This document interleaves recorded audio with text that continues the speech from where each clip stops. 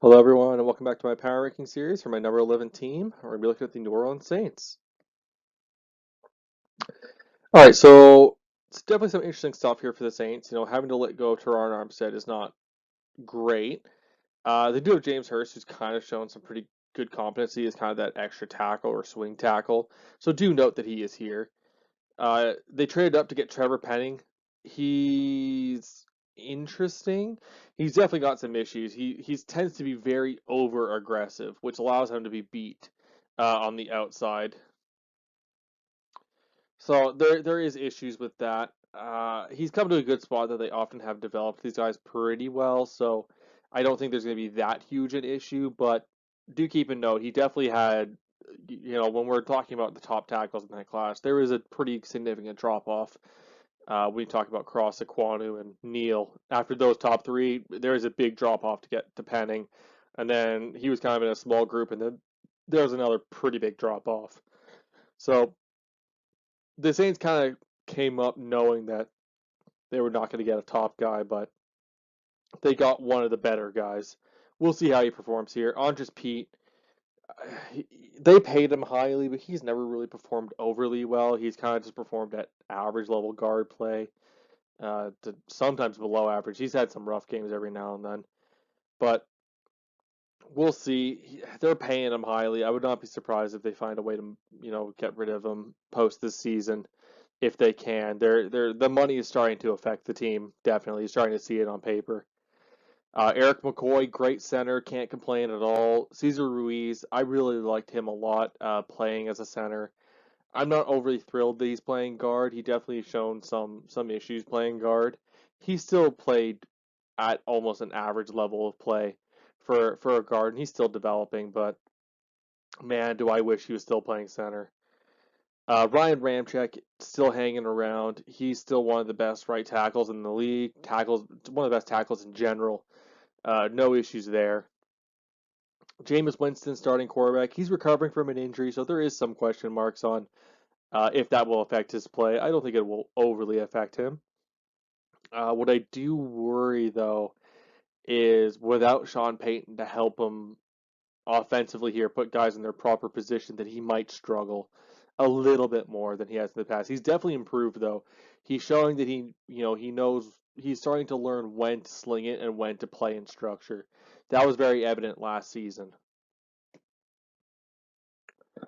Backfield receivers. Okay, Alvin Kamara definitely deserves a star. He's one of the top running backs here, but you're gonna lose him for a few games. I mean, assaulting a guy in a nightclub is not, not endorsed by the league. So it'll be iffy to see where he's gonna go. Uh, whether it's gonna be 6 games, kind of what I've heard. I think most people on Twitter and the league have heard about 6 games. It could be worse though. We'll see. Regardless, I think you will at minimum lose him for 6 games, which is potentially going to hurt the record. You've got like Marvin Ingram, or I think it's like Tony Jones is your other running back. It's not pretty. We'll see how they adjust, but there could be some issues in the backfield, at least for a few games.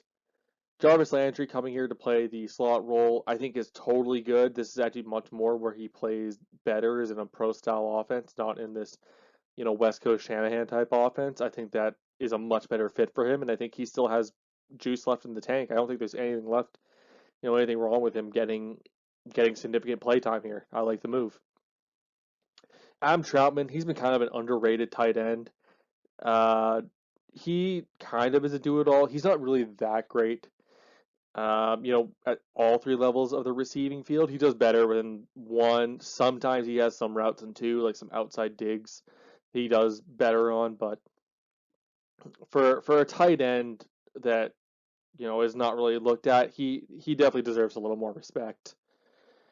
Wide receiver Michael Thomas. Most people call him Slant Boy. I'm not giving him a star because I don't know what he's going to play like. I haven't really seen him play much in 2 years. There's a lot of question marks on that. Waiting to get your surgery done really late. We know his personality has been an issue. Uh, with executives and with coaches and other players, they've not gotten along with Michael Thomas. Uh, Even people on his own team have called him out. So it's iffy on what you're going to get from him. Uh, I don't. I mean, I hope we're going to see him in preseason at least a little. I want to at least see what he could be coming off, all that. But if he does struggle throughout this season, I'm not sure what the Saints are going to do. You've paid this guy for 2 seasons and you got no value. And if he basically offers you no value going to season 3, I would not be surprised if a cut is coming. And I think it might be actually straight up be a cut. I don't know if anyone's going to trade for him on that contract. The biggest one here is Chris Olave. I thought that was a very interesting pickup for the Saints. I think they saw all those receivers going early, and they're like, "Hey, we have an early enough pick. We also have another one in a few here. Let's just take the receiver we like now with all these guys going super early. Let's just go. We can get up and get this guy." And I think actually looking at how this roster has played out after that draft, that was definitely the correct move. They needed some outside receiver help, and I think Olave is a really good fit. I actually did my eval of him twice because I thought he was originally coming out not this year's draft, but the year before, and I thought he would just really exemplified the do it all kind of mentality of an outside receiver. He's not afraid of the route running. He'll get down in the middle of the field.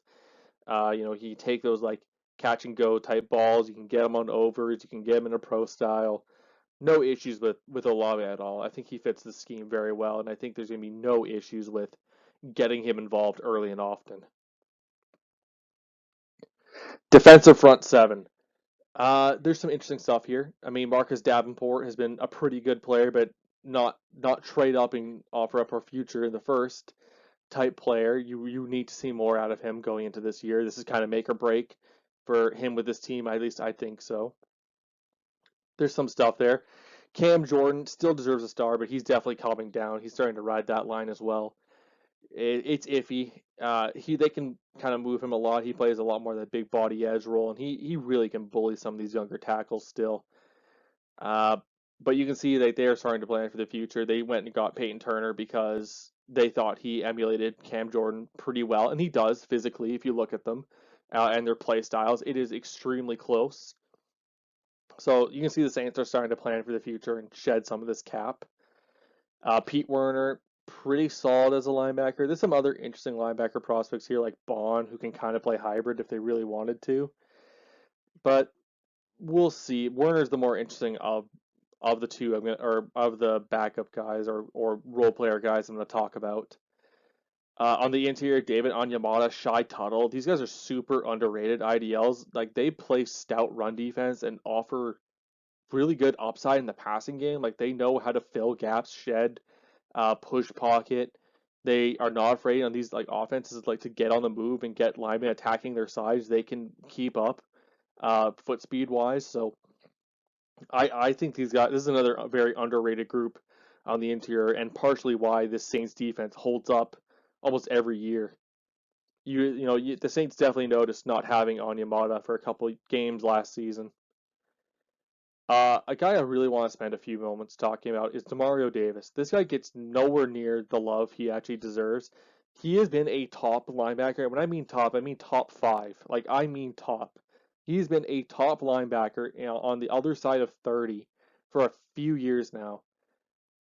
And there's no lacking of what he has done and what they asked him to do. He has actually manned up a couple times on guys and still played well, which is incredible for the way he plays and the way his athletics are actually set. He's not supposed to be a guy who can carry a guy on a little hitch route from the tight end. That's not at all what he's supposed to be able to do. And his feel in zone coverage. There's very few linebackers that can even emulate that. I mean, Bobby Wagner and Fred Werner are the only ones that really come to mind. Levante David, I think, has some of that coverage instincts in the middle, but like these are all those other top five linebackers I'm talking about. Like he is a rare trait in that, and to then do it at that size with that amount of upside and run defense and gap filling, it's it's nothing short of incredible, and I want him to get the love he deserves, and I really want to offer it, at least through my channel, that he so hardly deserves it. Defensive back, some really fun stuff here. Let's go slot CJ Gardner Johnson. He super. I mean, we see all the clips of him getting punched in the face, right? He knows how to get under these receivers' skins. He gets in their face. He really likes to get in their face, and I'm all for it. You also have Paulson Adebo, as well as Alontae Taylor. I think the Saints have done extremely well in putting together uh, some really talented corners that can play bump and run man, but also have very good at zone instincts. I was super high on both of those players. I had Taylor as a undisputed third going into this draft, and I had Adebo as undisputed second in his, and they've both played pretty well. I think there's really no stopping at least the Saints secondary from what I've seen. Especially when I mean you got Bradley Roby as your like third or fourth corner here. He's not a bad team at all. Like really not. And then you have Marshawn Lattimore as your number one. I mean, come on. Like it's not even close. I really don't know how some of these teams are really going to break against the secondary. I really don't. And then you have, I mean, they're older guys, and Marcus May and Tyrann Mathieu. It's just, I mean, I just want to say good luck to whatever offense thinks they can throw all day on this team, especially with Demario Davis sitting in the middle, often in zone coverage. I don't know how people are going to throw very well on this team. You're going to basically have to hope that this team, while picking up new pieces, is really not going to gel well. Like that's what you're hoping for. You're really going to have to hope for that these guys have just not gotten the right chemistry yet. And I don't think that's a good hope to bank on. So good luck to these teams and trying to figure this out because I'm not sure who you attack here. You're stuck trying to attack Alontae Taylor or Paulson Adebo, and I don't know. I wouldn't test that overly well because they can just stick Marshawn Lattimore and whoever's being the issue. Good luck to you. So special teams and coaching, this is where they've really felt the most pain. I mean, losing such a historic coach, Sean Payton, it hurts. I'm not gonna lie, it definitely hurts. There's a lot of things that Sean Payton did that I don't think I don't have the time to sit here and really fully explain.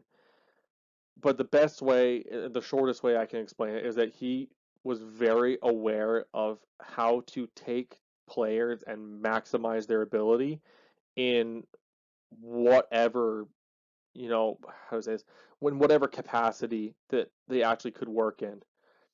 They're really, really good at working in that way. And to lose someone who knew how to do that, it's gonna take the team back a little bit. And I would not be surprised if that is the sole reason this team maybe actually doesn't live up to my 11th ranking of them. Dennis Allen, who has been here, and he's a decent coach in his own right. I don't want to take away from Dennis Allen. Getting getting him to still stay here, I think, is a good point. I know they tried to get Dable to swing instead of the Giants, but it was kind of too late for them, unfortunately. It's he's going to be tested a lot. This team has been wanting to compete for years.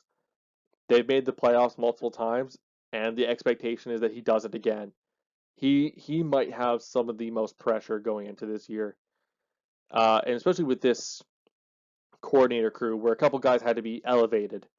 After Sean Payton left and Dennis Allen had to take over head coach. Like, there's a couple things that had to happen here. They're all going to be tested as a group, and then you have some really good special teamers as well. I mean, Gillikin has been up and down play as a punter, but Will Lutz is right on that line of getting that star for me. He's really close.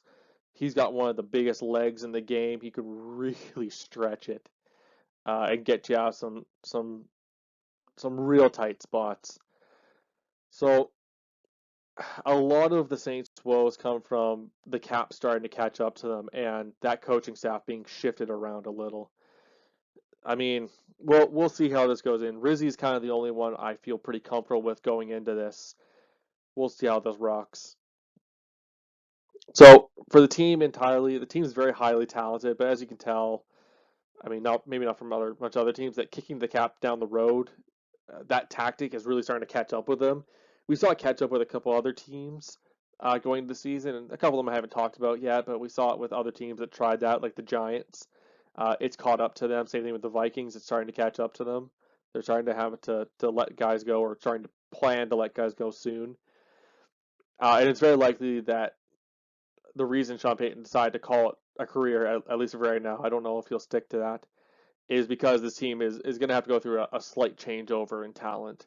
So I expect them to still be very highly competitive this year, but I don't think I can safely say that they're a top 10 team going into this year and feel that they can make a push. I think they might be able to push into the kind of like wild card spot. That I mean that seventh seed especially is wide open in the NFC, but I'm not sure if they can push all the way. So with that being said, I hope you enjoyed the video. We just finished my last category before we get to my teams I think that could push into the Super Bowl unless something really bad happens. And I am excited to get into it, and I hope I'll see you all next time. Later.